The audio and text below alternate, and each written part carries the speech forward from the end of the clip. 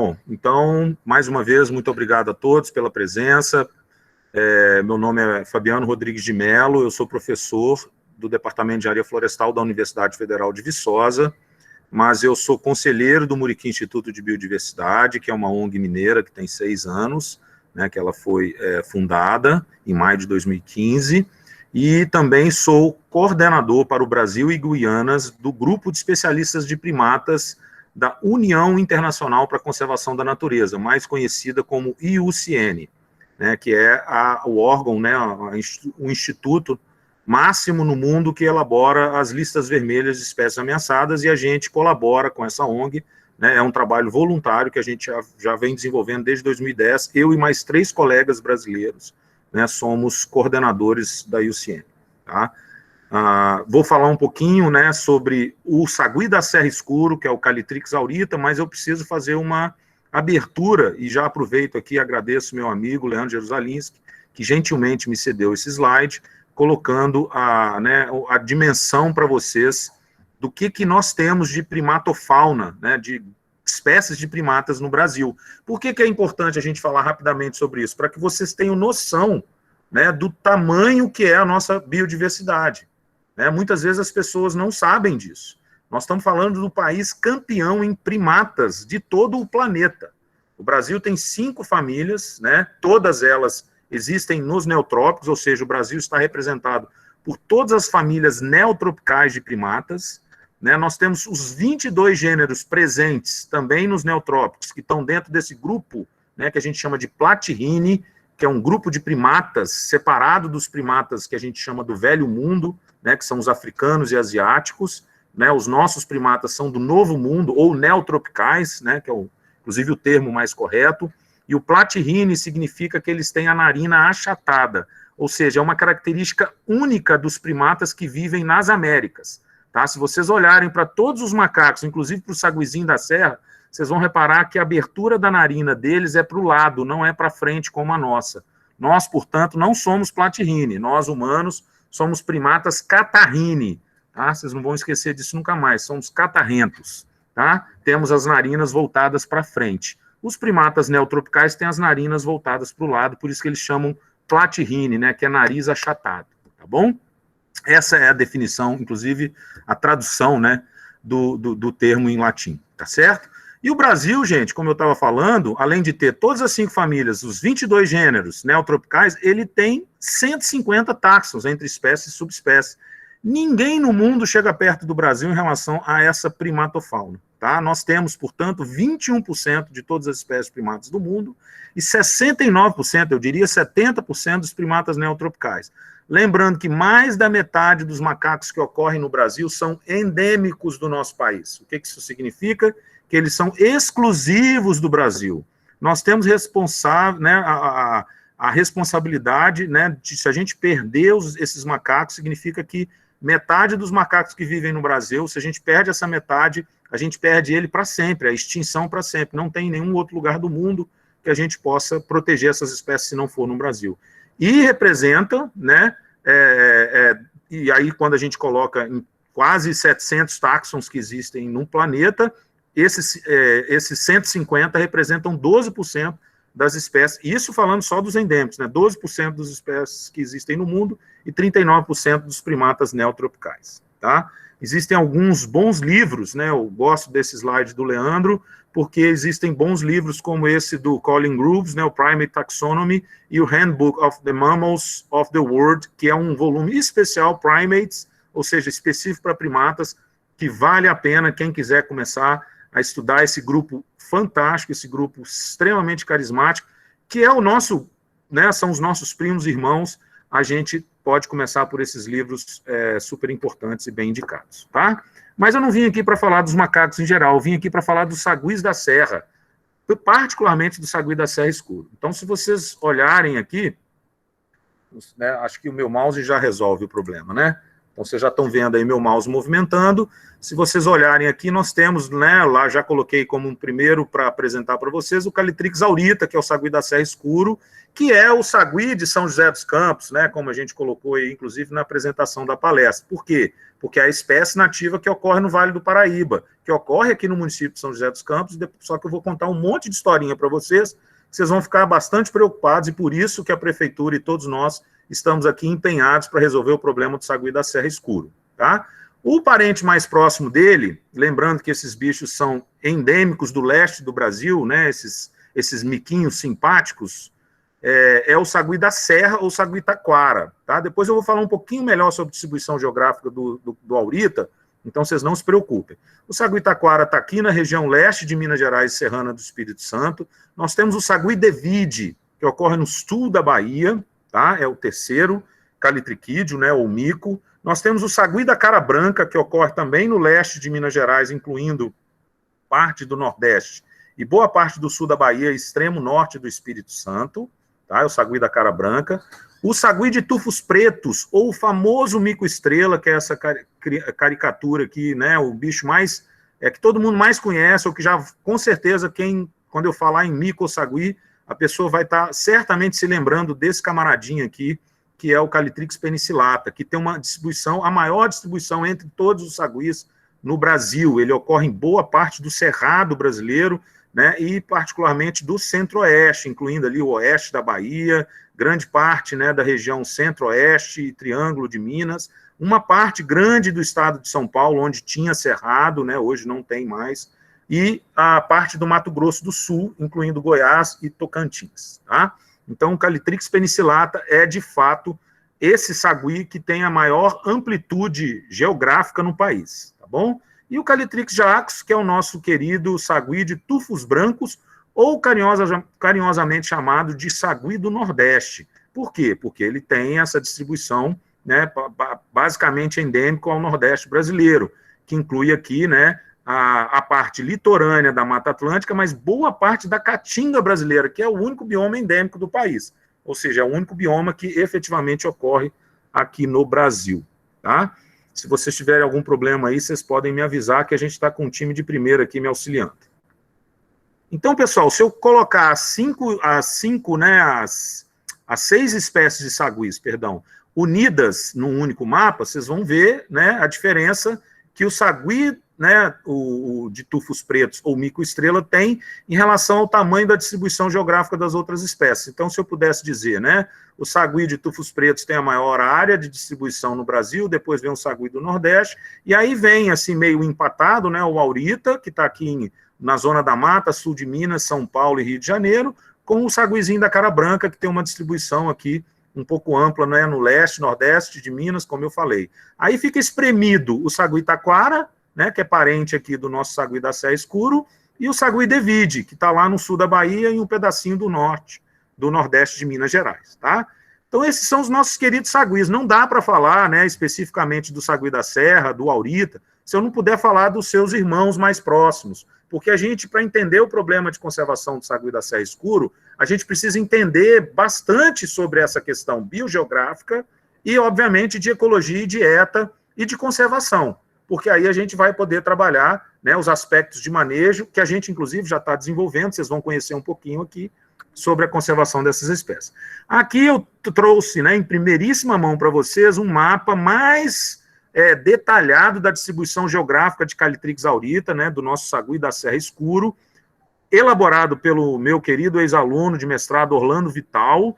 Ele fez esse mapa no escopo de um workshop que eu vou apresentar para vocês também, não se preocupe, né, porque isso aqui, inclusive, está sendo finalizado esse ano. O workshop foi realizado ano passado, depois eu vou dar mais detalhes, mas a gente conseguiu melhorar com esse workshop, com todos os parceiros, com todas as instituições envolvidas, a gente conseguiu melhorar bastante, né, a potencial distribuição geográfica do sagui da serra escuro. E por que eu trouxe ela aqui para vocês? Olha onde está São José dos Campos, né? São José dos Campos é praticamente uma área núcleo, né, uma área core, que a gente fala, né, do inglês núcleo, que está ali na distribuição geográfica da espécie, né? Se vocês olharem, São José está, né, certamente é rodeada em toda a sua extensão geográfica no Brasil, ela é rodeada por Calitrix aurita, né? Então, São José tem uma importância em todos os aspectos. Primeiro, porque a gente está na área, não é exatamente central da distribuição da espécie, né? Se eu fizesse uma matemática aqui mais correta, eu veria que não é exatamente São José, mas é quase. E a gente tem fragmentos importantes com a ocorrência da espécie, né, aqui no município e na região, que provam a importância dessa região do Vale do Paraíba do Sul para a conservação do sagui da serra. Tá? Então, guardem essa imagem do mapa, que é um mapa bem interessante. Eu agradeço muito ao Orlando por ter disponibilizado e, claro, né, a todos os participantes do workshop que permitiram que esse mapa fosse elaborado de forma tão precisa. Tá?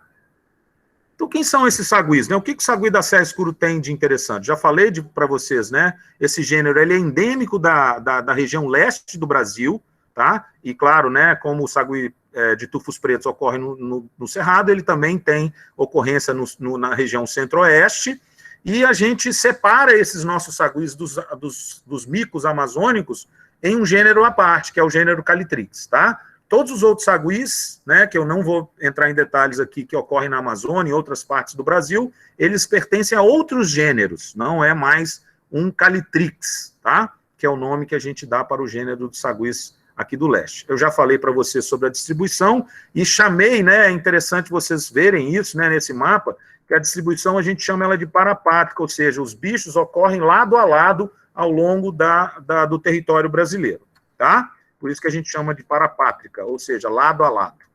E o tamanho corporal desses animais é um tamanho muito pequeno, eu não sei se vocês têm noção disso, mas os bichos pesam em torno de 350 a 400 gramas. O Calitrix aurita, inclusive, né, o sagui da serra escuro, é a espécie mais pesada desses 6, tá? Ele pode pesar mais de 500 gramas, né? Parece muito, mas é meio quilo. É um bicho muito pequenininho. E todos os Calitrix têm alguns detalhes na sua morfologia, né, na sua anatomia, particularmente o de tufos pretos e o sagui do Nordeste, que é a presença de incisivos inferiores alongados, ou seja, os dentes incisivos desses animais, principalmente os de baixo, né, da arcada dentária, eles são alongados e estreitos, né, e tem também esses caninos inferiores, né, que são incisiformes, ou seja, essa dentição desses animais, principalmente, vou repetir, do sagui do Nordeste e de tufos pretos, ela é literalmente adaptada às condições de gomivoria. O que significa isso? Ele raspa as árvores, a casca de determinadas espécies de árvores, para machucá-la, e esse machucado gera, né, uma proteção que é intrínseca dessas plantas, que é a produção de uma goma, né, que serve para tampar a ferida provocada, e essa goma é extremamente nutritiva para os macacos, e eles adoram, eles se alimentam dessa goma, tá? Então, é uma adaptação bem interessante desse gênero, tá?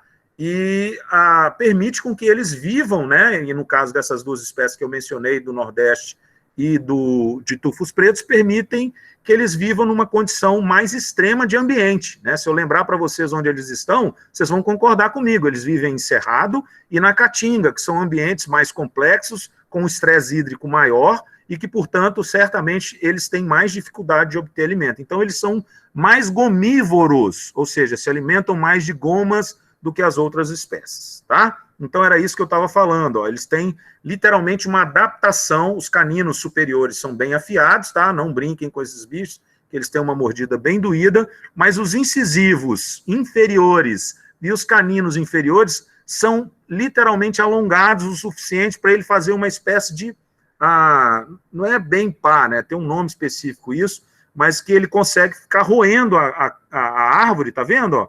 E promovendo essa ferida que libera a goma e eles se alimentam da goma. Isso é uma característica bem interessante e permite com que os bichos vivam, né, em condições, por exemplo, de escassez de alimento. Tá? Ele passa a comer muita goma, principalmente nesse período agora que a gente está vivendo, que é o período de seca, né, que é um período frio, onde as plantas não estão florindo, nem frutificando, e eles acabam se alimentando de goma. Só que os nossos queridos saguis da serra têm essa adaptação muito menor. Eles não são especializados em goma como os seus primos, né, lá do Nordeste e do Centro-Oeste, ok? Então, isso já é um detalhe importante que vocês precisam guardar. Por que os bichos, né, que estão vindo do Nordeste que a gente está chamando de alóctones invasores, né, ou seja, espécies que estão sendo trazidas e colocadas na sua área de distribuição, numa área de distribuição que não é sua, que não é original, por que eles estão sobressaindo sobre essas espécies nativas, tá? E uma outra coisa interessante, esses bichos ficam praticamente 5, 6 meses, né, para fazer a gestação de 2 filhotes, né, os grupos cooperativos, né, são familiares e cooperativos, eles cuidam da prole juntos, podem formar grupos sociais familiares de até 16, né, é muito difícil ver 20 indivíduos, mas é possível, né, aqui estão os 2 carinhas, né, os saguis da serra, tanto o taquara quanto o escuro, né, e o que é mais legal nessa família inteira, não é só no gênero Calitrix, não, tá, pessoal? A família Calitrichidae é a única família de macacos no mundo que produz gêmeos como modo, né, reprodutivo básico, normal, tá? Eles não produzem filhotes únicos, como nós, primatas humanos, ou todas as outras famílias de primatas do mundo produzem apenas um filhote por gestação.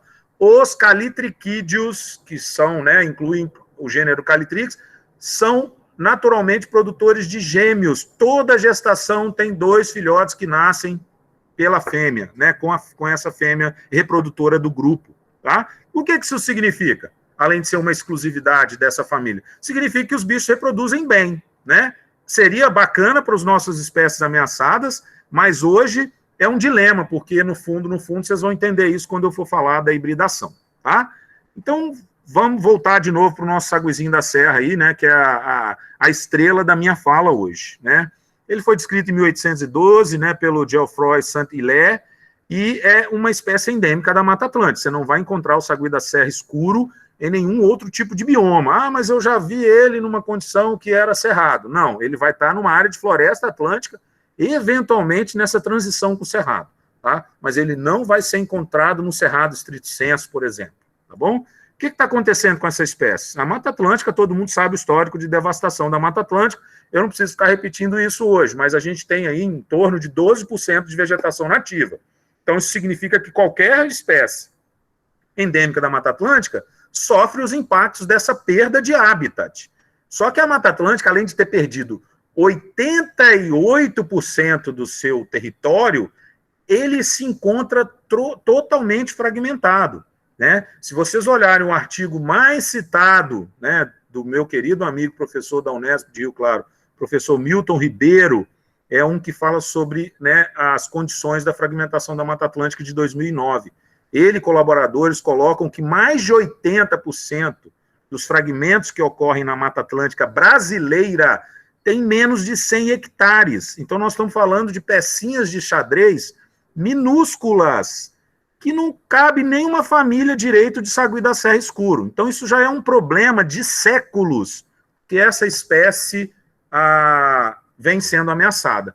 Para piorar a situação, e eu vou contar bem essa história para vocês não esquecerem, entenderem o tamanho do problema que a gente tem, é a introdução de congêneres alóctones que aconteceu. Quem são os congêneres alóctones? Alóctones são aqueles primos do sagui da serra escuro e do sagui da serra, que foram trazidos principalmente do centro-oeste e do nordeste brasileiro e foram soltos aleatoriamente no que sobrou de Mata Atlântica no sudeste do Brasil.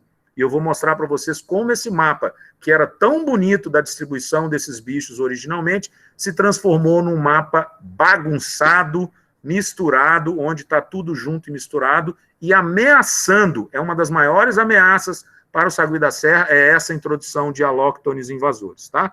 Não à toa, em 2018, o nosso querido sagui da serra escuro foi citado pela IUCN, com o apoio do Instituto Chico Mendes de Conservação da Biodiversidade, o ICMBio, né, que é uma instituição ligada ao Ministério do Meio Ambiente aqui no Brasil, elencou o sagui da serra escuro como uma das 25 espécies primatas mais ameaçadas do planeta, tá?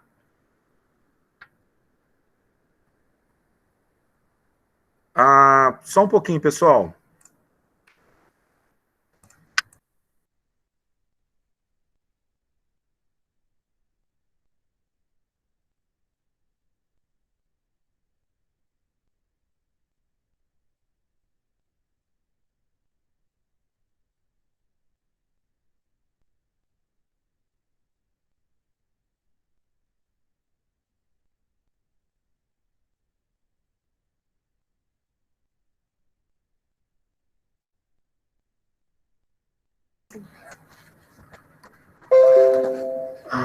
Opa, saí.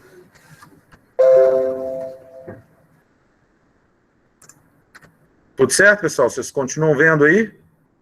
Ok, era só uma questão técnica aqui que a gente estava tentando resolver, mas tá tudo bem. Obrigado pela paciência. Então, eu estava falando exatamente disso, né? Do grau de ameaça que essa espécie tem hoje, né? E o quanto... Estamos com problema de áudio, professor. Não entendi. Estou sem áudio? Não, mas eu estou com o áudio ativado aqui. Alô? Estão me ouvindo? Para mim tá ok o áudio. Tá. Ok, então, pessoal. Vou continuar. Mundo virtual é assim. Pode continuar. Eu já acostumei, já estou com o meu 3º semestre virtual, que eu fico numa sessão espírita falando para mim mesmo, tá? Então, quando eu ouço uma voz, eu acho que ela veio do além e eu fui atendido. Então, eu peço a paciência de vocês e agradeço. A gente acaba tendo essas questões técnicas acontecendo sempre. É todo momento, em todo lugar. Bom, só peço para desligarem o áudio de vocês. Tem algum áudio aberto aí, por favor? Então, pessoal, eu preciso reforçar essa questão da ameaça, tá? Eu vou ser um pouquinho detalhista aqui, técnico, porque eu acho que a gente... vocês precisam compreender muito. Quem está me ouvindo aqui vai, mas meio boring isso, meio chato, né? Não sei se precisava, não precisa. Vocês precisam entender que o processo de hibridação hoje é uma ameaça severa ao sagui da Serra Escura. Se vocês, moradores, cidadãos de São Francisco Xavier, de São José dos Campos, querem proteger essa espécie, vocês precisam me ajudar com relação ao controle desses alóctones invasores. Eu sou professor de manejo de fauna, eu dou aula de manejo de fauna na Universidade Federal de Viçosa e tenho o maior orgulho de ter essa cadeira como sendo uma cadeira que eu assumi. Por quê? Porque é um dos maiores desafios e uma das maiores dificuldades que a gente vai enfrentar com biodiversidade é esse controle e manejo de espécies exóticas, que é um problema severo no Brasil, em muitas partes do globo, e alóctones invasores, que são os nativos do Brasil que ocorrem fora da sua distribuição geográfica. Mas os bichos não têm culpa, não, a culpa é do humano. Ótimo, a culpa é nossa mesmo. Por isso que eu estou aqui para tentar resolver o problema. Só que para eu resolver o problema, todo mundo tem que entender o que está acontecendo. E todo mundo tem que fazer parte desse processo de solução. Porque é muito fácil criticar. Ainda mais se você vai na rede social, vai lá, vê a coisa acontecendo, você está lá no seu computador, super confortável, xingando os outros, porque o pessoal está trabalhando com o manejo desses bichos.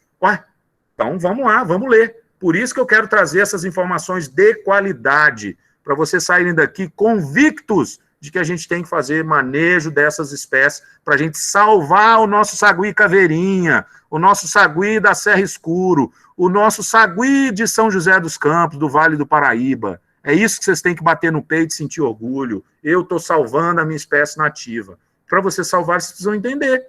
Tá? E o processo de hibridação?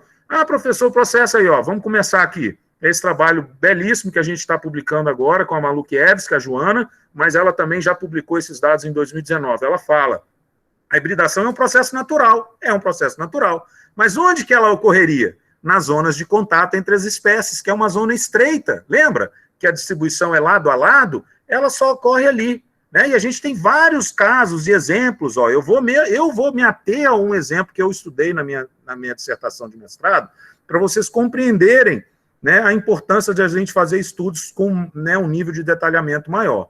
Só que essas zonas de contato natural foram todas misturadas porque nós trouxemos, aí a culpa é nossa, a partir do tráfico de animais de estimação, tráfico de animais silvestres, né, considerando que a gente não tem autorização para fazer isso, nunca tivemos, né, para ter os macacos, né, como pet. Na verdade, tem uma discussão hoje muito atual, né? A Letícia está aqui, espero que outros colegas do ICMBio também estejam me vendo, que é a discussão da lista PET, né? E a gente está numa campanha ferrenha, né, de que primata, macaco não é PET. Mas, infelizmente, por alguma razão, a legislação foi né, desvinculada no passado, que muitas pessoas puderam trazer, comprar e conviver com os animais de estimação. E o que aconteceu?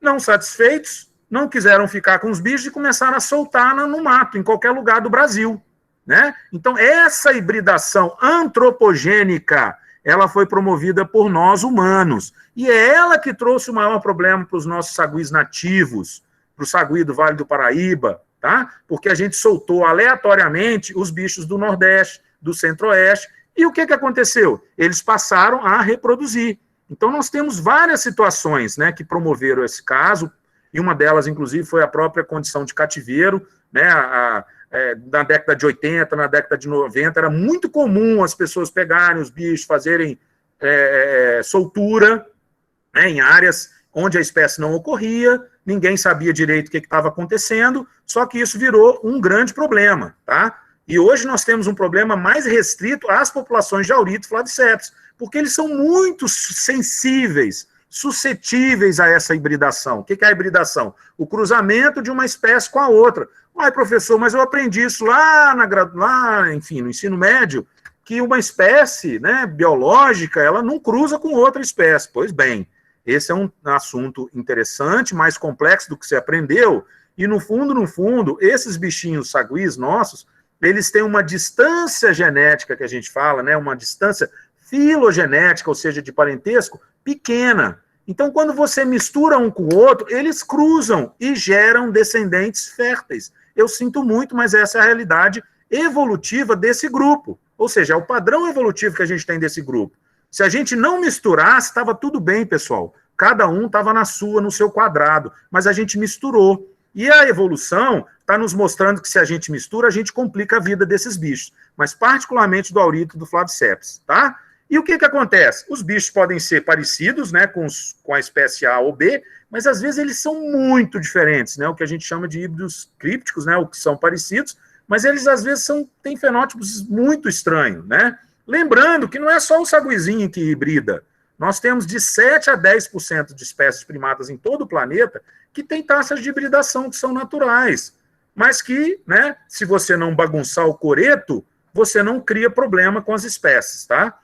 Olha para vocês verem, né? Eu mostrei lá a carinha das 6 espécies. Uma das coisas mais interessantes dos calitrídeos é isso, pessoal. A carinha deles é muito diferente. Aí eu vou contar uma historinha para vocês. Por que vocês acham que a carinha deles é muito diferente? Por uma questão muito simples. Para eles não se identificarem como da mesma... Quer dizer, para eles se identificarem entre eles da mesma espécie. Esse é o primeiro sinal. Mas antes desse sinal, vocês vão concordar e raciocinar comigo. Como que eles se estranham na natureza antes de se verem?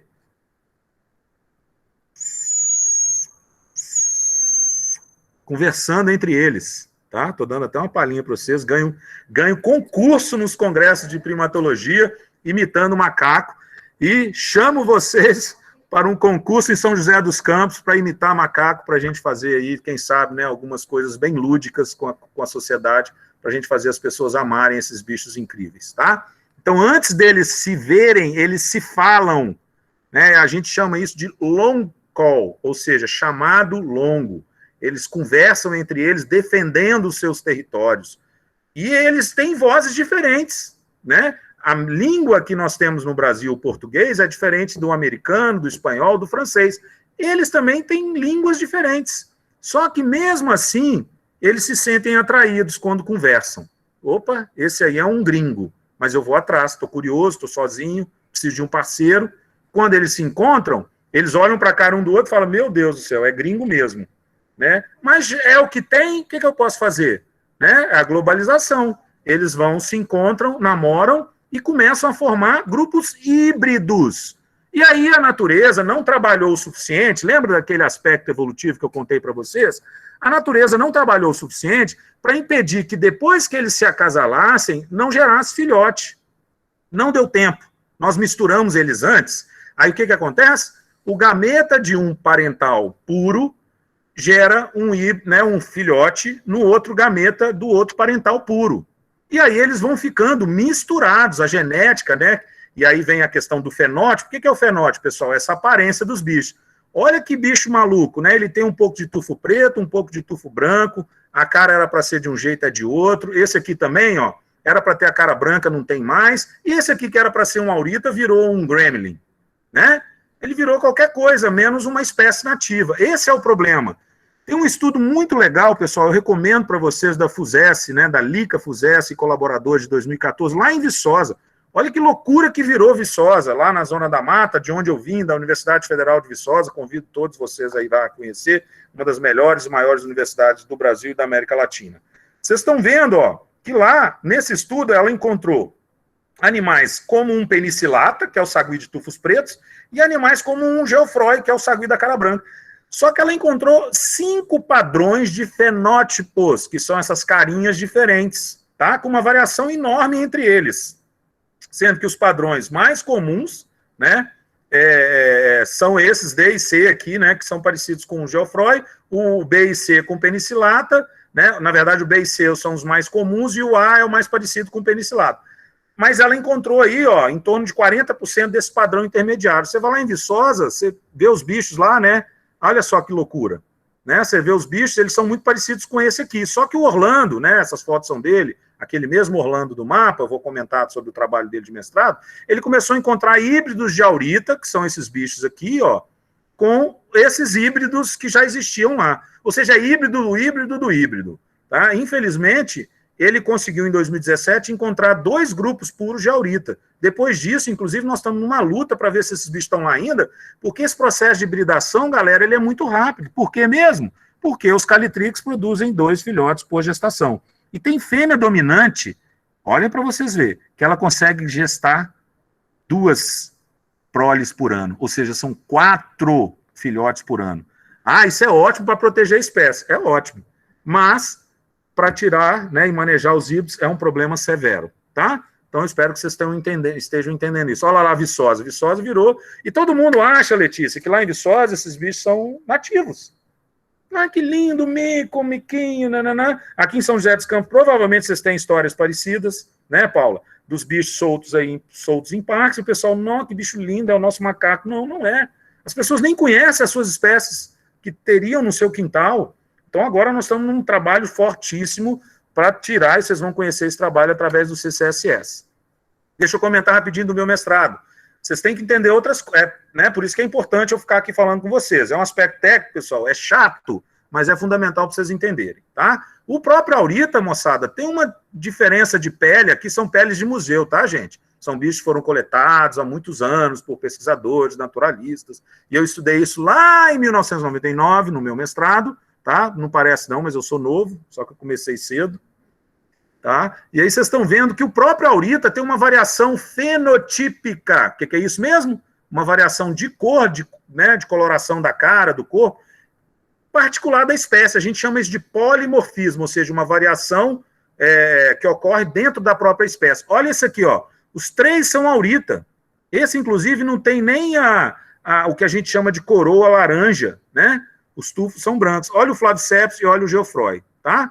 Então, os bichos têm na natureza variações fenotípicas, mas aqui são bichos que eu capturei, né, e fiz estudos genéticos dessa espécie durante o meu mestrado, na região da Zona da Mata, aqui quase Vale do Rio Doce, né, que é Ponte Nova, Jequeri, Santa Cruz do Escalvado, e aqui os Flaviceps, né, que são saguis taquaras da região montanhosa do Espírito Santo. Esse bicho é de Caratinga, esse bicho é de Santa Teresa, mostrando que também o Flaviceps tem variação fenotípica, tá? Só que eles cruzam naquelas zonas de contato, lembra? Eu estou contando a história real, né, na verdade, o que seria ideal, e para vocês entenderem essa história da hibridação antropogênica. Então, esses bichos aqui são híbridos naturais que eu identifiquei lá na região de Carangola, na região, né, extremo norte da Zona da Mata. E aqui são híbridos naturais, ali no caso, né, eram Flaviceps com aurita, e aqui eram Flaviceps com geofroy, tá? Mostrando padrões bem diferentes aí. No mestrado, né, o que eu tinha ao meu alcance na época, eu consegui marcar, né, os híbridos de aurita e Flaviceps, olha que interessante, com Flaviceps, só que eles eram muito aurita, né? Se vocês olham esses bichos aqui, ó, você fala que é um aurita, mas a genética deles era mais próxima de Flaviceps do que do aurita. Olha a distância para o aurita, né? Agora, os híbridos de Flaviceps com geofroy, realmente eles eram mais próximos do geofroy. E se você olha, né, você vê que o geofroy tem uma dominância, né, o sagui da cara branca tem uma dominância sobre os híbridos de Flaviceps, tá? A Joana está fazendo um trabalho muito mais aprofundado, e ela publicou esse artigo agora em 2019 e mostrou uma coisa que está nos preocupando muito, tá? Por exemplo, aqui no clado, né, que a gente chama, nesse agrupamento de indivíduos da espécie aurita, Nós temos genética já sendo caracterizada, alguns genes, né? Nós já temos alguns alelos, né? Ou genes que já são de outras espécies parentais, Letícia. Um bicho que você olha e fala que ele está puro. O que aconteceu comigo? Ah, tá bom. Eu achei que eu tinha sumido aqui. Tá certo, gente? Então você olha, quem vê cara, Letícia, não vê mais coração. Infelizmente, o problema está tão profundo que a gente precisa ter muito cuidado para saber o que é, de fato, né, um fenótipo puro, com a genética característica da espécie, do que um fenótipo aparentemente puro, mas com a genética misturada, como a Joana já está mostrando. Tá? Sabe por que a gente chama isso, pessoal? Na genética, é um nome chato pra caramba, mas chama introgressão gênica. Significa o quê? A entrada de genes ou de alelos de outra espécie na segunda espécie, tá certo? E o que acontece? Você embaralha esse conjunto gênico, né, que é o genótipo da espécie parental que a gente quer proteger. E quando você embaralha, você tem muita dificuldade de tirar essas cartinhas do baralho do genótipo da espécie parental. Por quê? Porque você depois não consegue mais. Esses genes, esses alelos vão se misturando à medida que você vai cruzando, e quando você diminui as populações, esse cruzamento entre indivíduos aparentados fica maior, você acaba carregando essa genética do parental que entrou sem querer, por introgressão, para sempre. Como é que você vai depois, né, alterar isso? Ah, mas isso não tem problema do processo evolutivo? Depende, né? A gente não sabe o que esses alelos estão dizendo para a espécie. Então, pode ser que seja um problema, pode ser que não seja. Mas, no fundo, nós temos que proteger, prestem atenção, a conservação diz isso. Eu sou técnico, sou biólogo da conservação e digo isso com ênfase. Nós temos que proteger, né, estancar e proteger o máximo possível dessa genética original do aurita. Por quê? Porque ela tem toda uma história evolutiva que pode proteger a espécie de problemas futuros, tá? Então, prestem atenção nisso. E aí vem o mapa da Malukiewicz, da minha querida Joana Malukiewicz, né, que está aí puxando esse paper, que já está no prelo, deve sair em breve, mostrando que aquela coisa linda que a gente tinha, né, de distribuição geográfica, na verdade não é mais isso. Olha lá, ó, Jacos com penicilata. Vai lendo aí, ó, penicilata com geofroy. Híbrido de aurita. Aurita com penicilata. Jacos com aurita. Jacos híbrido. Penicilata híbrido. Nós estamos inventando, vocês não sei se vocês estão conseguindo ler porque está pequenininho para vocês, mas eu estou falando para vocês e confiem em mim. Todos esses triângulos aqui já são híbridos de qualquer coisa com qualquer coisa, mostrando o impacto dessas misturas que a gente está fazendo e do problema severo da introgressão gênica. Tá? Agora eu vou entrar na parte de manejo, né? Só que antes eu não posso falar dos meus queridos amigos do ICMBio, em particular do Centro Nacional de Pesquisa e Conservação de Primatas Brasileiros, o CPB. Esse slide também foi cedido gentilmente pelo diretor do CPB, Dr. Leandro Jerusalins, do qual eu agradeço novamente pela colaboração. Nós não estamos às cegas. Eu estou aqui agora apresentando para vocês a cega porque eu não estou me vendo, mas graças ao governo federal, ao ICMBio, ao CPB, nós temos um planejamento para a proteção dessas espécies ameaçadas, que são os planos de ação nacional. E os saguis da serra estão dentro de um plano de ação nacional, que é o para a conservação de primatas da Mata Atlântica e da preguiça de coleira.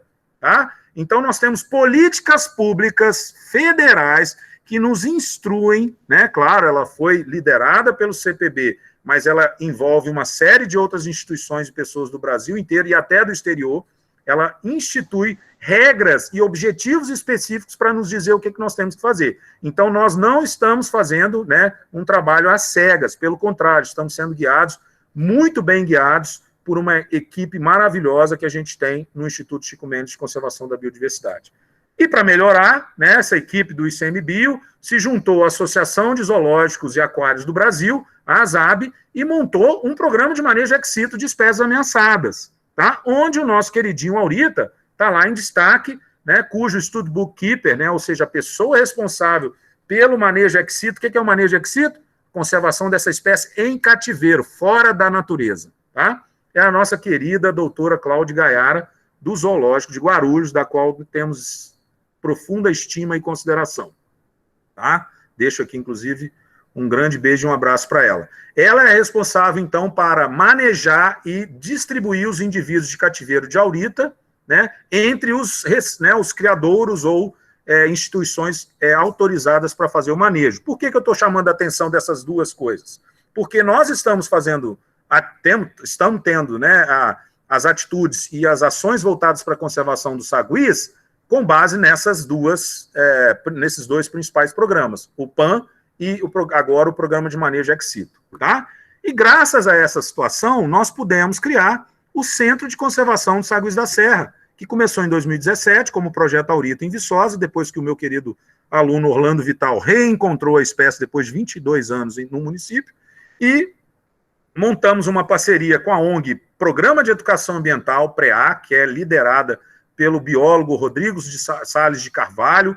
Um abraço para o Rodrigo também, que motivou e incentivou muito a criação do centro, né? Ele trouxe, inclusive, parcerias internacionais que a gente está tendo hoje, através do Programa de Conservação dos Saguis da Serra, zoológicos europeus, como Appenhell na Holanda e a Bouval Nature, né, na França. A gente está tendo um financiamento específico voltado para estruturação desse centro, então eu sou muito grato. A associação também francesa, né, de zoológicos e aquários também tem nos apoiado. Agora nós temos apoio recente da Rio Wild, né, que era a Global Wildlife Conservation, e claro, das instituições governamentais como o próprio CPB e os departamentos da Universidade de Viçosa, né, que inclui a veterinária e a engenharia florestal, tá? E o que acontece? Quando a gente criou o Centro de Conservação, que é um criadouro científico, né, um instituto previsto em lei, tá? Nós temos regramento específico para isso. Nós somos, né, fomos motivados e encaramos esse desafio de sermos o único criadouro, né, voltado para realizar o manejo ex-situ dessas duas espécies simpáticas de saguis, que inclui o sagui da Serra Escuro e o sagui Taquara. Por enquanto, nós só estamos fazendo o manejo do sagui da Serra Escuro, tá? Estamos situados na Universidade Federal de Viçosa, que é o campus da UFV na cidade de Viçosa. Nós estamos bem aqui, ó, do lado dessa matinha bacana, que inclusive vai ser a nossa mata de experimentação e soltura depois de 50 anos do sagui da Serra na Universidade Federal de Viçosa, muito em breve, viu, Letícia? Nós estamos muito animados com esse processo, já começamos, inclusive, a parte de manejo dos híbridos, né? Aqui é a sede do centro, aqui o professor Tarcísio, hoje ele está desligado do centro, mas a professora Fabiana Volvardi está nos ajudando, né? Aqui ele, né, montando, os alunos pintando, né?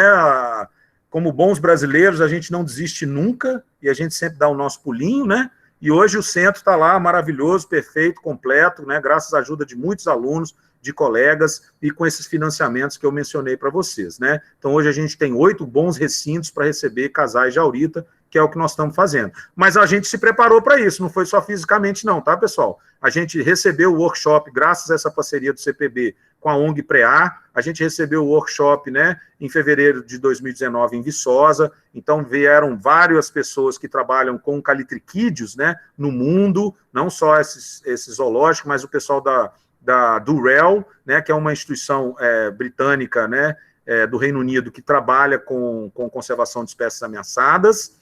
A gente teve a ajuda, principalmente da Cláudia Gaiara, que é a Study Bookkeeper do Aurita, né? Os alunos do CCSS estiveram lá. Isso aqui foi antes da pandemia, tá, gente? Todo mundo sem máscara, feliz, abraçado. Saudades demais desse tempo, né? E aqui já na meio da pandemia, a gente teve a audácia, né, de inaugurar o Centro de Conservação dos Saguis da Serra, ao lado, inclusive, do reitor, querido reitor da Universidade Federal de Viçosa, o professor Demétrio Silva está aqui, fez questão de prestigiar. Foi o primeiro evento presencial que ele fez depois que a pandemia foi decretada. Recebemos nosso primeiro casal de aurita, né, o queridíssimo Arthur e a Aurora, ficaram conosco, né, estão conosco, e agora em junho nós recebemos a segundo casal, Chiquita e Caju. Infelizmente, a Aurora estava grávida, prenha, mas veio a óbito, perdeu seus filhotes e faleceu na sequência, né, e nós estamos agora investigando esse problema. Felizmente o plantel está muito bem, foi uma coisa específica que aconteceu com ela, que a gente está trabalhando, a Cláudia Gaiara, inclusive, está nos ajudando muito, né, e a gente está finalizando aí o que aconteceu para a gente não deixar isso acontecer, obviamente, e manejo é assim mesmo, né, pessoal? A gente passa por situações muito mais complexas do que vocês imaginam. mas agora nós estamos com esse casalzinho novo aí, tá, né, em pleno vapor aí, amor, love, impressionante o love desses bichos, é questão de minutos, né, eles se reconhecem, se socializam e passam a conviver tranquilamente, macho e fêmea, né, para fundar, né, um novo casal, tá? Inclusive, já nos primeiros dias a gente detectou cópula da Chiquita e do Caju, que é um bom sinal, provavelmente ela também deve, né, a engravidar, ficar prenhe rapidamente. Pessoal, a gente dá nome para os bichos para condição de cativeiro, tá? Nós não estamos humanizando os bichos, não, isso é para facilitar o manejo, vocês não se esqueçam disso, tá? Então tá aí, né, o centro de conservação, estamos agora nos preparando para fazer esses recintos lá na área de mata, onde os bichos vão ficar prontos para reintrodução. Nós não queremos reproduzir esses bichos à toa, gente. Todo esse planejamento que eu falei para vocês é para a gente ter esses animais em boa quantidade para reintroduzir na natureza. Essa é uma das ações de manejo, nós precisamos preservar. Lembra? A genética das espécies, e nós precisamos aumentar o número de indivíduos para a gente poder soltar na natureza. Por quê? Porque na vida livre os bichos estão acabando, tá? E, infelizmente, essa é a grande realidade. E a gente não pode parar, né? A gente tem que fazer um trabalho de formiguinha, como esse que já foi feito em outros municípios cariocas, né, através da parceria com o Rodrigo Carvalho, da ONG Preá, que eu já mencionei. A gente fez a mesma coisa em Viçosa e nós conseguimos elaborar uma lei municipal que foi decretada em maio do ano passado, que é a Lei do Aurita. Olha que coisa linda. É um projeto, esse projeto de lei, então, virou a lei número 2.821, aqui ainda era sobre o projeto, mas o que era? Ela diz, ela criou o Dia Municipal do Aurita, viu, São José dos Campos? Ela criou o Dia Municipal da Aurita, viu, secretário Manara? Podem escolher, vocês têm 5 espécies para escolher, não vai dar briga. Qualquer macaco que vocês escolherem como mascote, eu tenho plena convicção de que vai ser muito bem recebido pela população. Lá em Viçosa, por causa dessa demanda, nós criamos o Dia Municipal do Aurita, né, instituímos um dia municipal, e ele se tornou o mascote oficial do município. Eu tenho muito orgulho de falar isso, porque agora a gente pode falar para os viçosenses. Viçosenses, o Aurita, que é a espécie nativa.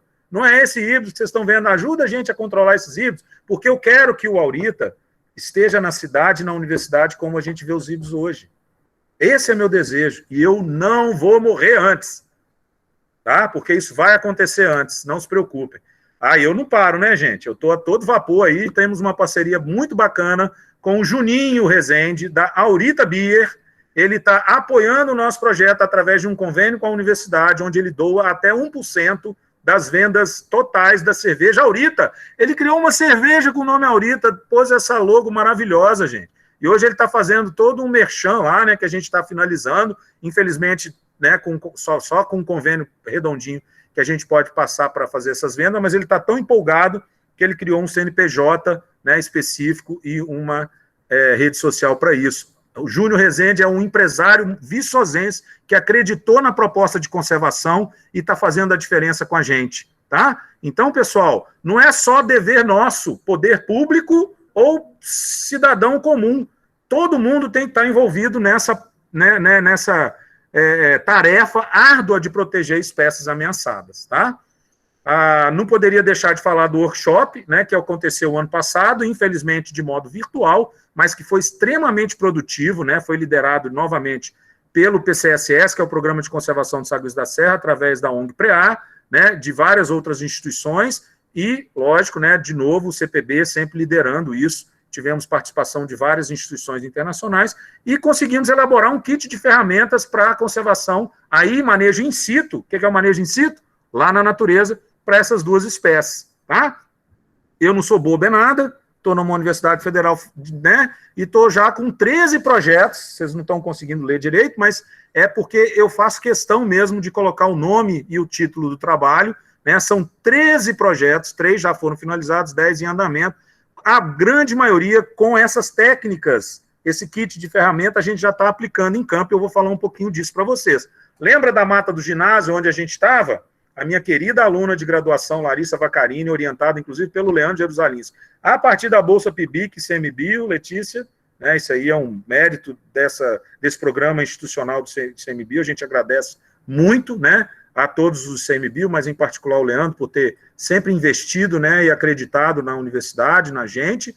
Nós estamos com um projeto finalizando agora, que é o manejo desses híbridos nessa mata do ginásio. Então, a gente já manejou os bichos, já esterilizou os bichos e já reintroduziu em outras áreas. E agora a gente está acompanhando, fazendo, né, toda a análise ecológica, mas a gente já está preparando aquela matinha para a reintrodução do aurita. Ela também fez a parte de educação ambiental, ficou um trabalho belíssimo, que ela está concluindo. A gente vai publicar na Bio Brasil, né, na Biodiversidade Brasileira, que é a revista do ICMBio. É um artigo que vai ficar muito legal e o trabalho está muito interessante. Então, nós já começamos o manejo, tá? O Orlando, né, assim que ele terminou a graduação comigo, ele foi para o mestrado e olha que loucura, moçada. Ele saiu de Viçosa, a cidade de Viçosa está mais ou menos aqui, e percorreu quase 40 fragmentos aqui num raio aí de 30, 40, acho que até 50 quilômetros, e ele encontrou, olha para vocês verem, aqui, né, ele fez uma análise também de cada fragmento, de um buffer, para entender por que essa mata tinha aurita, tinha híbrido, ou não tinha ninguém. Infelizmente, ele não encontrou nem aurita,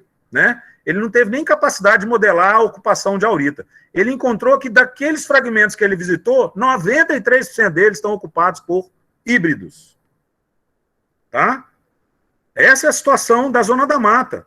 Essa é a situação de boa parte de São Paulo e essa é a situação de boa parte do Rio, onde o aurita ocorre. A maioria dos fragmentos é ocupada por híbrido. E o Orlando provou isso aqui. E vou deixar vocês bastante tristes daqui a pouco, porque é uma situação, como eu estou falando, que está se repetindo. Lembra do kit de ferramentas? A querida Sarisha Trindade, aluna de mestrado, já está trabalhando, só que com saguita clara, lá na região do Médio Rio Doce. Ela está usando toda uma metodologia específica para uso e localização dos bichos. Então, o trabalho dela está muito bacana, ela já está praticamente, né, aqui era até dezembro, mas hoje ela já está com 6 campanhas, identificou muitos grupos, felizmente ainda puros, mas infelizmente ela também já detectou grupos híbridos. E essa semana passada, eu estava lá na região da Fazenda Macedônia, em Paba, através de uma parceria com a empresa Senibra, né, papel celulose, a gente conseguiu fazer o manejo de um grupo híbrido de Flaviceps com bichos comuns lá, né? Eu vou ver se eu consigo passar para vocês. Opa, beleza.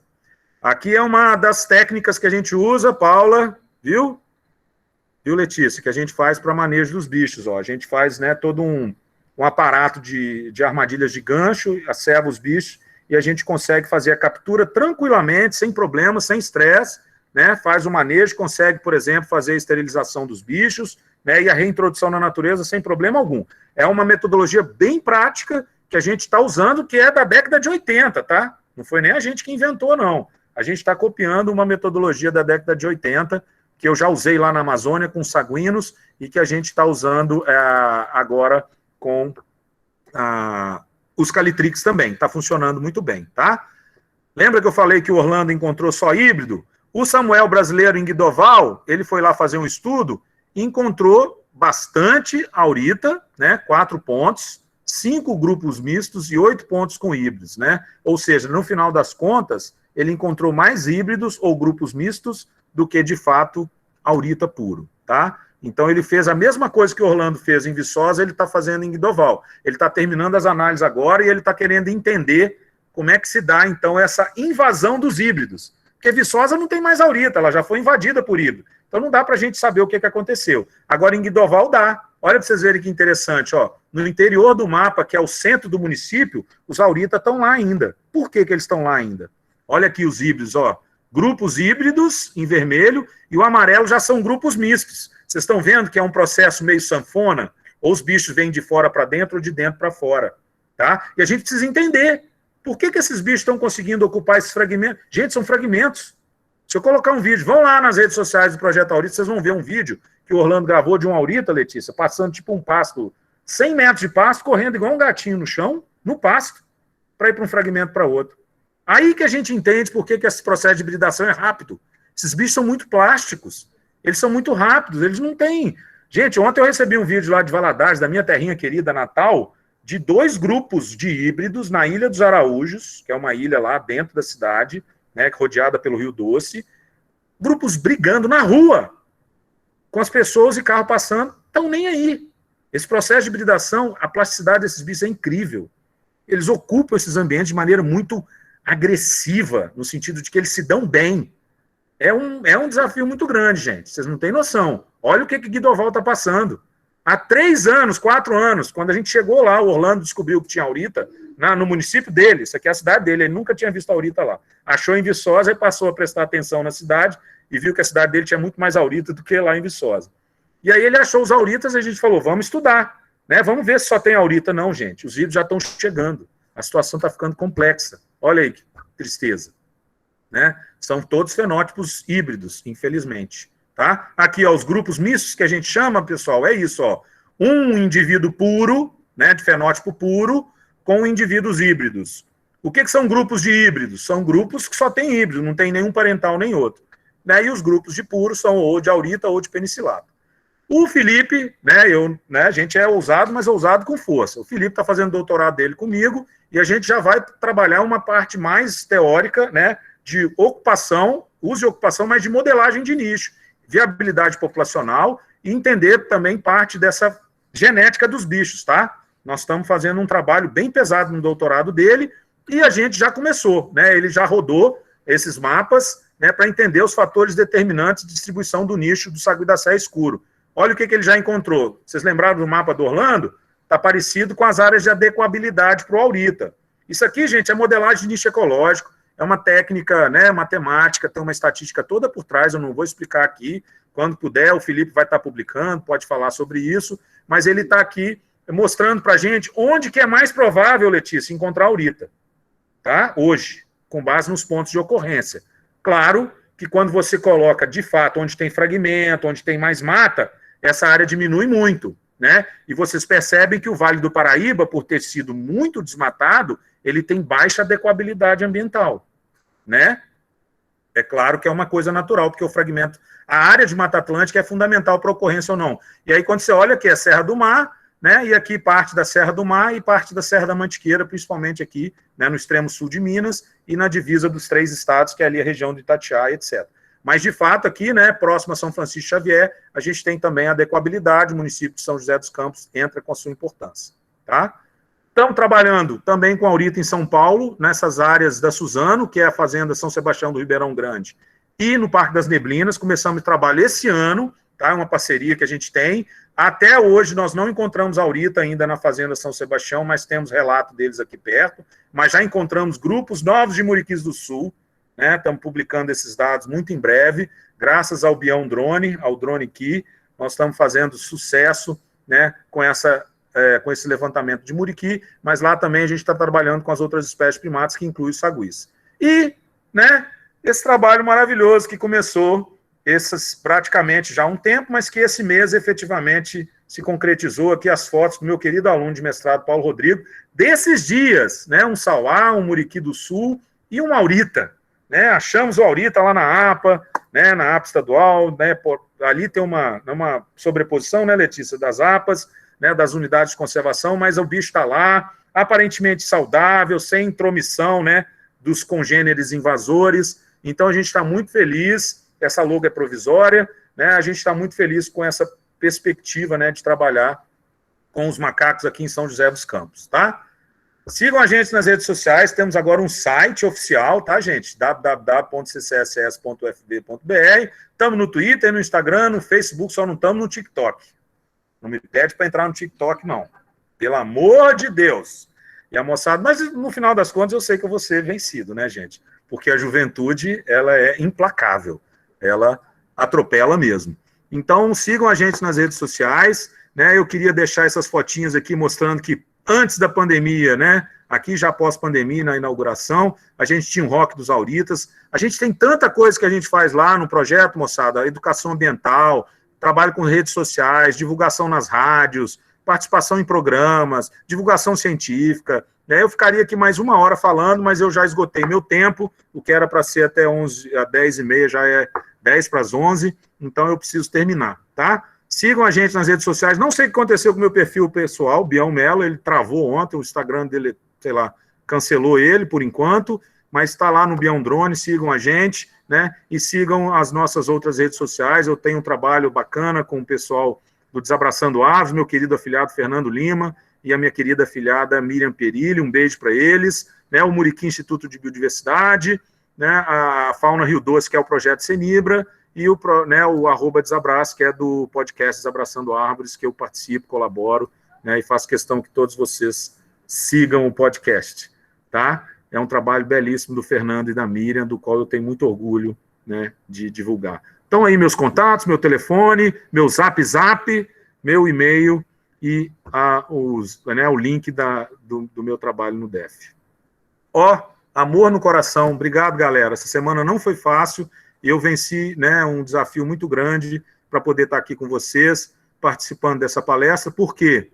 Porque a conservação é muito maior do que a gente, né? Trabalhar com conservação significa dar as mãos, ser uma pessoa normal, mas muito mais forte juntos. Por isso que eu estou aqui e estou acreditando fortemente no trabalho da Prefeitura de São José dos Campos e todos os outros que estão acreditando no projeto, né? O Grupo Regenera, os guias turísticos de São Francisco Xavier. Gente, está incrível esse movimento, né? Que começou lá atrás 1 ano e meio, né? Em janeiro de 2020, quando o Alberto teve a audácia de convidar uma galera importantíssima para vir para São Francisco Xavier e sacudiu São José dos Campos. E hoje nós estamos com esse trabalho belíssimo, com o ICMBio, com Fundação Florestal, o Grupo Regenera, a Prefeitura, as universidades, né? Estamos começando esse programa, né, de primatas, muriquis de São Francisco e outros primatas de São Francisco Xavier, do qual tenho muito orgulho. E vim aqui exatamente para motivar vocês, né, todos que estão nos assistindo, e eu agradeço, então, a presença, sigo à disposição para responder aqui as suas perguntas. Valeu, moçada! Professor, o senhor prefere que a gente leia para você responde ou você mesmo? De nada, moçada. Agora eu consigo ver vocês, né? 39 pessoas na sala, 11 horas da manhã. Eita fé. Fala, Martini. É hoje, hein? Nós temos que conversar, hein, rapaz? Muita coisa para conversar aí. Pessoal, a turma já deixou algumas perguntas aqui para mim. São perguntas grandes, hein? Vamos ver se eu vou falar menos aí. Espero que vocês tenham gostado. Obrigado mais uma vez, tá? Tentei ser o mais didático possível, né? A vida de professor é assim mesmo, mas eu fiz questão, né, de manter um aspecto técnico mínimo, tá, pessoal? Qualquer dúvida que vocês tiverem, vocês estão com o meu contato, podem entrar em contato. Não tenham vergonha nem medo de me procurar, tá? Por enquanto, a minha cabeça está funcionando, eu estou conseguindo responder bem o WhatsApp, tá? Na hora que começar a fundir, que a idade não vai pegando a gente, eu vou responder por e-mail, no horário de serviço. Tem uma ordem aqui de perguntas? Não, né? Posso perguntar? Tá. A Sabrina Tamires, é isso mesmo ou Tamires? Tamires. Me perguntou, né? A Mata Atlântica tem várias fitofisionomias, é técnica, hein? Falar fitofisionomia, gente que entende. Que ocorrem naturalmente como fragmentos, como as florestas estacionais deciduais e semideciduais. Muito bem. Você deixou de mencionar a floresta ombrófila densa, né, e outras mistas, etc. Mas beleza. A estacional decidual, semidecidual, principalmente a semidecidual, é a mais, né, extensa da Mata Atlântica. A distribuição geográfica desses macaquinhos abrange essas formações. Os saguis da serra estão principalmente na semidecidual e na ombrófila densa na Serra do Mar e onde tem ombrófila densa na Mantiqueira, ok? Mas boa parte da distribuição do sagui da serra escuro, do aurita, é nas florestas estacionais semideciduais, que são as florestas de interior da Mata Atlântica. Muitas delas ocorrem em meio ao cerrado, verdade, né? Mas o aurita ele chega ali na borda com o Calitrix penicillata no Cerrado de São Paulo, mas teoricamente eles estão separados pelo bioma, tá bom? As implicações da conservação dessas áreas é que onde tem aurita e ele está nessas zonas de transição, a gente tem que tentar proteger. Pessoal, lembra uma coisa, quando eu falei, lembra daquela área núcleo, que São José dos Campos está na área núcleo do sagui da serra escuro? O que acontece? A gente tem um conjunto gênico, né, distribuído, espalhado por onde a espécie ocorria. As bordas onde a espécie ocorre, vocês podem ter certeza que a genética desses bichos é especial. Por uma razão simples. Esses bichos vivem nas piores condições de habitat que eles poderiam viver. Então, o que vocês acham que esses bichos têm do ponto de vista genético? Do ponto de vista adaptativo? Questões interessantes. Então, Sabrina, se eu puder proteger esses bichos que estão na borda da distribuição, é importante, porque a genética deles pode ter alelos, pode ter genes que serão úteis para a proteção dessa espécie no futuro. Beleza? Respondido? Nota 10, 9, mais ou menos. Pergunta da Sabrina Liberato. Eu queria saber como faço para manter a família de aurita que reside na mata do sítio da minha família. Gente, coisa linda. Quem me dera ter uma aurita no meu quintal, senhor? Não temos muitas árvores frutíferas. Queria saber quais árvores poderíamos plantar para favorecer a permanência e conservação deles. Sabrina, que maravilha. Assim, uma das coisas que mais me preocupa, Sabrina, isso vale para você e para todo mundo, é que a gente não tem que se preocupar com os macacos. Eles se viram.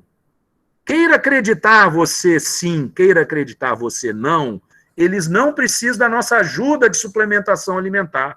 Isso é uma vaidade humana de achar que o bicho está passando aperto, dificuldade. Se ele está naquele conjunto de fragmento florestal, ele certamente vai saber buscar os recursos alimentares dele. Ok? Ah, mas eu quero aumentar a área de mata. Boa, aí sim. Aí eu concordo. Vai aumentar a área de mata. Vale a pena plantar espécies frutíferas? Vale. Vale a pena. E a gente tem essa lista, tá, Sabrina? Eu posso fornecer essa lista. O ICMBio está aqui, presente, inclusive. A gente está formando nesse programa Muriquis e outros primatas. Uma das primeiras coisas que a gente está elaborando é uma lista de espécies frutíferas para os macacos, que inclui o aurita, tá bom? Então fica tranquilo que a gente te manda essa lista, mas lembre-se bem, recuperação de área degradada não é só plantar a espécie frutífera. Tem toda uma estratégia para fazer essa recuperação. Até porque você não quer só dar fruto para o bicho, você quer dar habitat. Né? E o bicho não precisa só de árvore com fruta, ele precisa de árvore para dormir, ele precisa de árvore para passar de uma mata para outra. Então a composição florística dessa área que você vai recuperar não é só fruto para o bicho, não. Ok? Mas conversa com a gente que a gente tem tudo na ponta do lápis lá que vai te ajudar. Só tem essas três? Não, tem mais aí. Ave Maria. Então vamos lá. Gente, a reunião 11 horas. Estou preocupado. Acho que tem duas aí, tem mais uma aqui. Eu vou tentar responder rapidinho, tá? O Alan Santos, professor Fabiano, visitei alguns setos próximos à Serra do Mar Paulista. Mensalmente eles recebem os híbridos e acabam reintroduzindo. Está correto ou deveria ter outra destinação? Aliás, não só híbridos, mas jacos também. Bom, eu já falei com vocês, pessoal, né? Não é para soltar esses bichos, a menos que a gente tenha feito um manejo sobre eles. Que é o quê? No mínimo a esterilização, para eles não reproduzirem. Ah, os bichos não têm culpa. Gente, eu não posso soltar os bichos férteis, porque se eu solto os bichos férteis, eles vão continuar contaminando, né, degradando a genética dos auritas. Eu não posso fazer isso, a gente não pode deixar isso acontecer. Ah, mas eu não sei o que eu faço. Bom, então todo mundo que está aqui me assistindo, me ajuda, né? Me ajuda, vamos lá, vamos apoiar financeiramente, ajudar de alguma forma, ajudar os órgãos, os criadouros, né, os mantenedouros, vamos orientar isso. O ICMBio tem todas as normativas, o IBAMA, os órgãos ambientais sabem muito bem direcionar os bichos. Não preocupa, não. Se você vai soltar, tem que soltar depois do manejo. Não tem problema soltar, desde que seja esterilizado. É minha opinião. Hoje a gente não poderia soltar híbridos, ou jacos, ou penicilata, né, fora da sua área de ocorrência, na natureza aqui. Se a gente fizer isso, nós vamos estar alimentando essa hibridação. Ah, mas eu não quero esterilizar os jacos. Beleza. Conversa com os órgãos competentes, manda o bicho, repatria ele e lá se faz um trabalho de reintrodução. Não custa nada. Os bichos não estão ameaçados, mas, né, a gente, obviamente, tem que preservar a integridade física dos animais. Eu concordo com vocês. Tamira está firme aí, a Sabrina, né? Seu laboratório faz análise genética de animais pelo sangue para apoiar decisões de soltura e reintrodução de animais, aprendido pelos órgãos ambientais? Sabrina, você está craque, hein? Estamos começando a fazer isso sim, tá? Nós estamos coletando amostras de sangue para fazer o estudo genético do DNA desses bichos. E lembra daquele grupo lá da ZAB com o ICMBio? Eles têm também isso tudo categorizado para poder fazer o manejo ex situ, que é entre os recintos, e é claro que a gente vai fazer isso antes de fazer a soltura, tá bom? Não se preocupe que isso é uma parte importante. Inclusive está sendo discutido, né, Letícia, sobre esses projetos de translocações.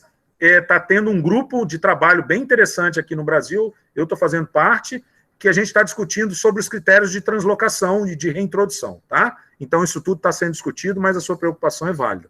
E aí, o que mais? Eu tenho uma pergunta agora também. Sua?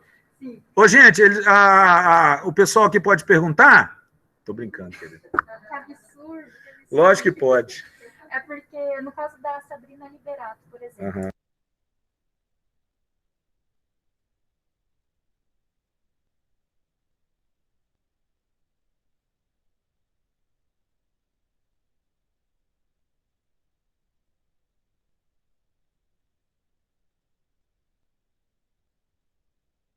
Gente, eu só deixei aqui mudo, mas eu vou repetir para vocês. Como é que é o seu nome mesmo, meu amor? Vivian. A Vivian está perguntando, né? Tudo bem que a gente não precisa se preocupar com a alimentação para os bichos, mas que eu tenho, então, a área onde tem os auritas, tem um pesquisador próximo, como que eu faço para fazer esse vínculo, né?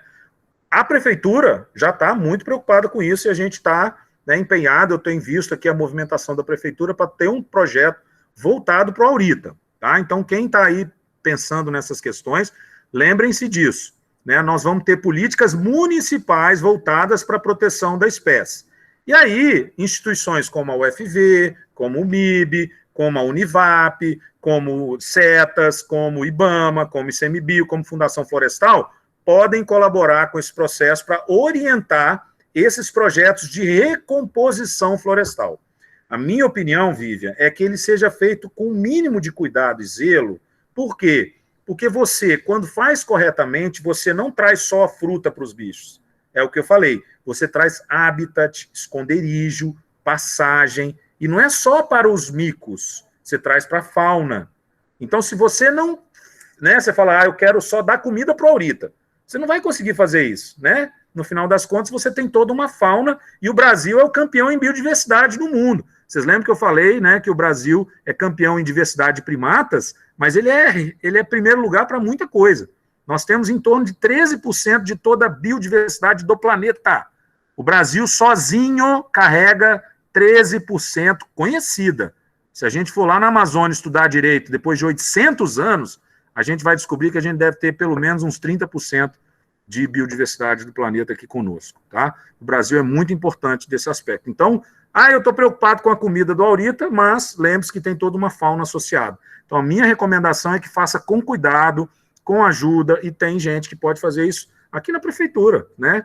Os setores da prefeitura mesmo podem ajudar vocês. Então, eu recomendo muito, bate-papo, coisa simples, e ter esse apoio para que pegar as mudas corretas, quais são as frutíferas mesmo, mas quais são aquelas que podem fazer sombra, que podem ter, né, copas maiores para os bichos atravessarem, e aí para você adensar a mata de maneira correta e ela crescer o mais próximo possível do original, tá bom? Mais alguma coisa, Elisa? Da Gisele. Da Gisele, eu acho que eu mandei aqui já. Gisele, Alan, Gisele, tá aqui, ó. A Gisele, a última, hein, galera, que eu preciso... Posso responder. Faço o que vocês quiserem. Aqui eu só obedeço. Em relação aos trabalhos de campo, quanto tempo é necessário... A Gisele Rocha, tá?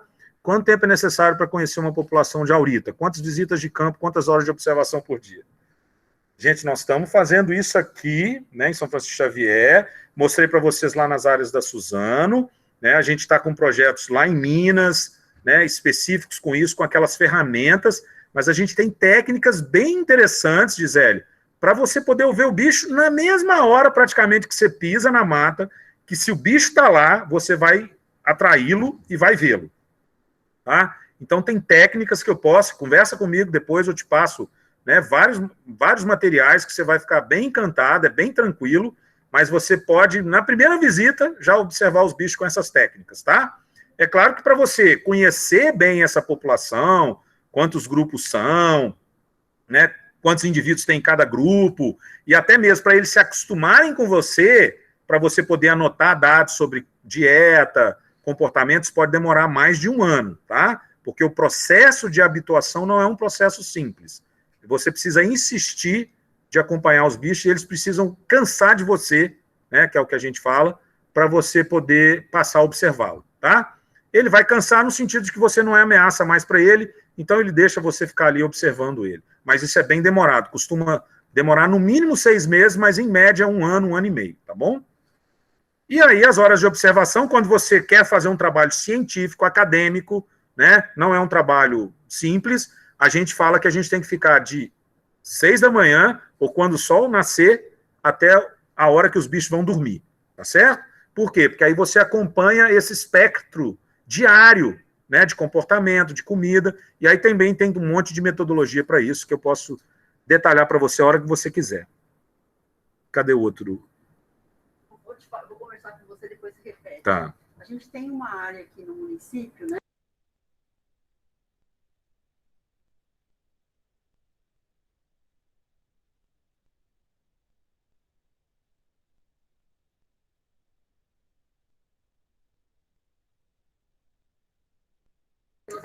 Inclusive, eu estou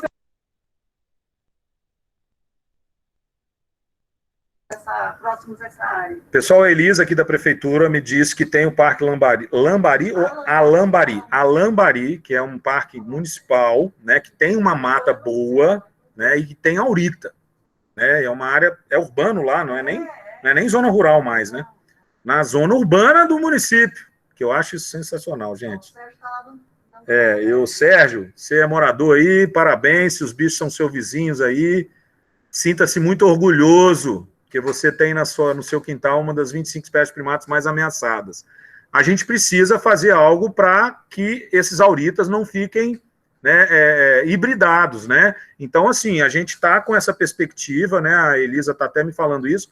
A UFV, através do Centro de Conservação, nós já estamos aqui dando as mãos à prefeitura para a gente tentar fazer um projeto. Já estou levantando pesquisadores, alunos, né, que possam vir cá auxiliar, e já tem gente para colocar aqui, que eu já tinha prometido isso para a Paula, né, a Paula está ali, e a gente vai começar esse trabalho sim, tá? E o Sérgio certamente vai ser nosso mentor aí, vai nos ajudar para a gente proteger os auritinhos aí do Alambari, né? Porque, pessoal, olha só, na conservação de uma espécie, só para vocês entenderem, qualquer população para uma espécie tão ameaçada é importante, gente. Então a gente tem que tem que fazer os esforços.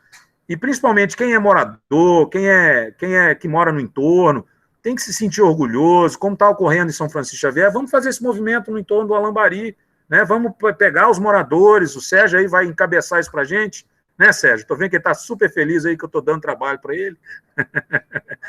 E vamos em frente, porque a gente precisa fazer esse movimento e as pessoas precisam compreender que é um movimento do bem, que é para proteger a espécie nativa, que o manejo é necessário, não tem problema nenhum em relação a isso, gente. Eu estou falando isso com toda a tranquilidade do mundo, né? E esses aspectos do manejo, eles são fundamentais para a gente proteger a espécie. Lembra do Plano de Ação Nacional, que eu mencionei para vocês do ICMBio? Tem um objetivo específico lá dentro, só para essa ação, de salvaguardar as espécies nativas através das ações de manejo, tá? Aqueles que quiserem colaborar, pessoal, com o projeto de conservação de fauna no município de São José dos Campos, não deixe de entrar em contato. Ó, os meninos vão colocar lá o e-mail, mas é faunasilvestre@sjc.sp.gov.br. Anota aí, por favor, Elisa. Já está lá? Então, fechou, moçada. Prefeitura está assim, a todo vapor, e nós estamos aqui enchendo a bola deles mesmo para eles ficarem mais empolgados, o prefeito ficar feliz e colocar verba, apoiar os projetos de conservação, porque meio ambiente é qualidade de vida. Se vocês não entenderam isso até agora, vocês vão entender quando começar a faltar água, faltar ar, faltar biodiversidade, faltar comida, tá? A gente precisa chegar nisso, gente? Não precisamos chegar nesse ponto, né? Então vamos fazer nosso dever de casa. Fechou? Obrigado, galera. Ó. Beijo no coração de vocês. Valeu, moçada. Obrigado pela paciência, pela participação.